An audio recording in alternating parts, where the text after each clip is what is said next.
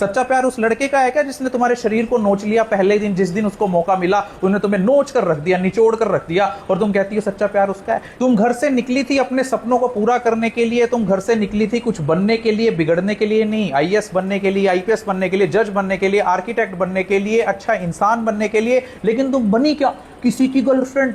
अब तक तुम्हें सिर्फ फिल्मों ने यह सिखाया कि प्यार दोस्ती है, लेकिन प्यार दोस्ती नहीं है, माफ करना, प्यार जिम्मेवारी है। तुम्हारे मजे लेना सब चाहते हैं, लेकिन तुम्हारी जिम्मेवारी उठाना कोई नहीं चाहता। सच्चा प्यार तो उस माँ बाप का है जिसने पाल पोस कर तुम्हें बड़ा किया और तुम्हें एक भी खरोच नहीं आने देता। अगर एक लड़की को कहो कि ये लड़का तुम्हारे लिए ठीक नहीं है, तुम जी गलत रिलेशनशिप्स में पड़ रही हो, तुम ये गलत कर रही हो, लेकिन उन हार्मोन्स के चलते तुम्हारा जो फ्रंटल कॉर्टेक्स और प्री फ्रंटल लोब है वो मास्क हो गया है, इसलिए तुम्हारे अंदर जजमेंट लेने की पावर कम हो जाती है, और उन हार्मोन्स के खेल के चलते ही तुम अपने पूरे जीवन को बर्बाद करती हुई चली जाती हो। क्योंकि आज लोग सोचने लगे हैं दोबारा से कि बेटी को बाहर भेजूं कि नहीं, स्कूल भेजूं कि नहीं, कॉलेज भेजूं कि नहीं। सच्चा प्यार तो एक भाई का है कि ये कोई नजर भी तुम्हारे ऊपर उठाकर देख ले तो उसकी आंखों को नोच ले, और तुम उसी गहरे गहरे नत्थू खैरे 2 कौड़ी के लड़के के लिए अपने भाई के खिलाफ जाकर थानों में खड़े हो जाती हो कि ये मेरा बॉयफ्रेंड है, मैं इसके साथ कहीं भी जाऊं, बिगाड़ लो मेरा, क्या बिगाड़ोगे? ये है क्या सच्ची आजादी?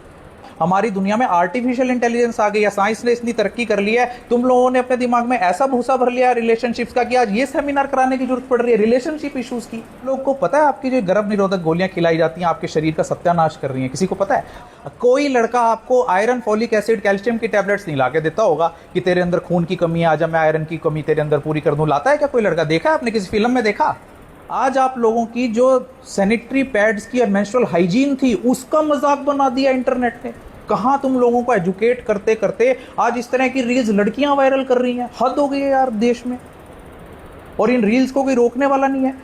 सेंसर बोर्ड बनाया था आज से 75 साल पहले हमारे भारत सरकार ने कि देश में अश्लील फिल्में ना चल जाएं, कोई ऐसी अश्लीलता ना दिखा दे कोई बड़े पर्दे पे। आज तुम लोग ये हाथों में अश्लील रीलें देखते घूम रहे हो, लड़कियां अश्लील रीलें बना रही हैं, आदमी उनको शेयर कर रहा है, और बातें बड़ी बड़ी हो रही हैं कि हमें बेटी बचाओ बेटी पढ़ाओ। ऐसे बेटी बचाओ बेटी पढ़ाओ करोगे तुम लोग, कल तुम्हारे लिए ही वो बस में चढ़ना मुश्किल हो रहा है, तुम्हारे लिए ही ट्रेनों में जाना मुश्किल हो रहा है। स्कूल्स, कॉलेज, यूनिवर्सिटीज में सारे लोग तुम्हें उसी निगाह से देख रहे हैं, क्योंकि वो आदमी वही देख के आ रहा है। आज एक बच्चे से लेकर बुजुर्ग तक का दिमाग अश्लील तुमने कर लिया।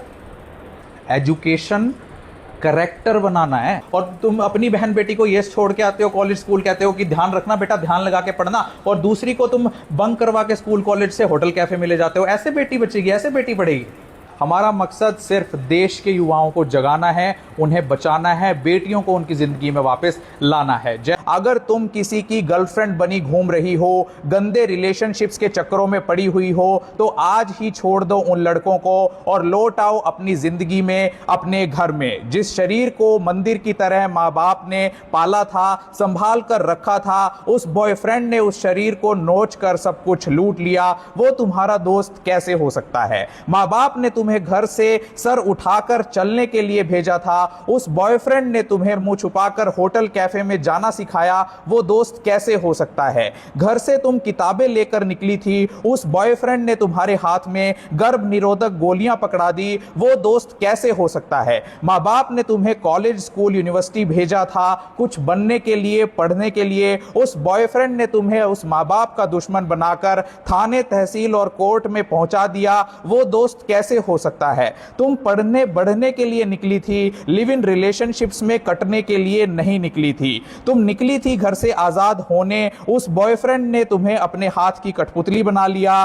तुम्हारे शरीर से खेला, इमोशन से खेला, करियर को बर्बाद कर दिया, तुम्हारी अश्लील वीडियो, फोटो अपने फोन में रख तुम्हारी अस्मिता से खेल रहा वो लड़का तुम्हारा दोस्त कैसे हो सकता है? घर से तुम संस्कार लेकर निकली थी, तुम्हें गालियां देना, शराब पीना, सुट्टे मारना सिखाने वाला दोस्त कैसे हो सकता है? जिसे तुम उसका प्यार समझ रही हो वो उसकी हवस है। आज ही छोड़कर देखना, मुंह पर तुम्हारे थप्पड़ मारेगा, ब्लैकमेल करेगा, कहीं काट कर ही ना रख दे। गलती तुम्हारी नहीं है, तुम बहक गई थी, बातों में आ गई थी। इमोशनल होना, सेंसिटिव होना, लेकिन तुम अवेलेबल नहीं हो। मगर अब भी देर नहीं हुई है, लौट आओ, अपनी बची खुची इज्जत लेकर घर वापस आ जाओ। माँ बाप आज भी तुमसे बहुत प्यार करते हैं, तुम्हारी चिंता में पागल हुए जा रहे हैं। प्लीज आ जाओ, प्लीज अपने घर वापिस आ जाओ। और जो लड़कियां वाकई अपनी बहनों को, अपनी सहेलियों को इस गंदे रिलेशनशिप्स के जाल से,